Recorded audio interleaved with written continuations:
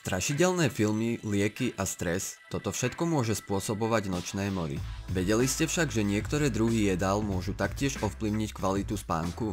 Jedlá, ktoré konzumujete, môžu priamo ovplyvniť váš spánok a ovládať typy snov, ktoré máte v noci. Ak teda patríte do skupiny ľudí, ktorí si pred spánkom radi pochutnávajú na malom občerstvení, tak by ste mali dvakrát popremýšľať o tom, aké jedlo si zvolíte. 5. miesto. Pálivé omáčky.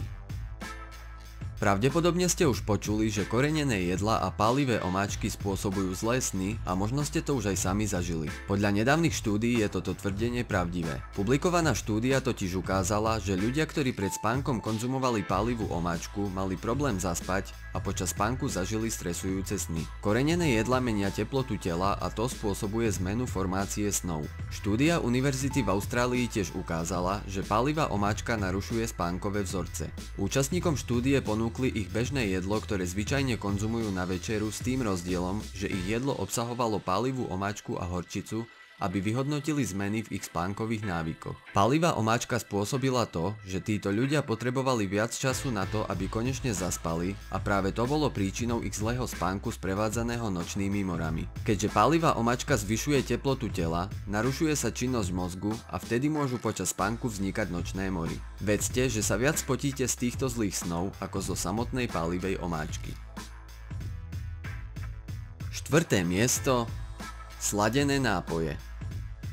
Sladené nápoje síce nie sú jedlo, ale to, čo pijete pred spaním, je rovnako dôležité ako jedlo, ktoré konzumujete. Napríklad po nápojoch obsahujúcich kofeín sa nám ťažko zaspáva. Existuje niekoľko dôvodov, prečo sú sladené nápoje pre naše telo zlé. Napríklad môžu prispievať k zvyšovaniu telesnej hmotnosti, viesť k cukrovke a zvyšovať riziko srdcových ochorení. Sladené nápoje sú zodpovedné za rôzne zdravotné stavy, ale môžu tiež spôsobovať nočné mory v dôsledku obsahu cukru a kofeínu. Kofeín priamo stimuluje mozog, dokonca aj počas spánku, čo môže viesť k nepríjemným snom. Po požitej dávke kofeínu má mozog problémy s tým, aby sa úplne zrelaxoval, následkom čoho produkuje bizarné sny. Vyhýbanie sa kofeínu 4 až 8 hodín pred spaním môže znížiť riziko zlých snov. Ak ste citliví na kofeín, skúste sa mu vyhnúť až 12 hodín pred spaním.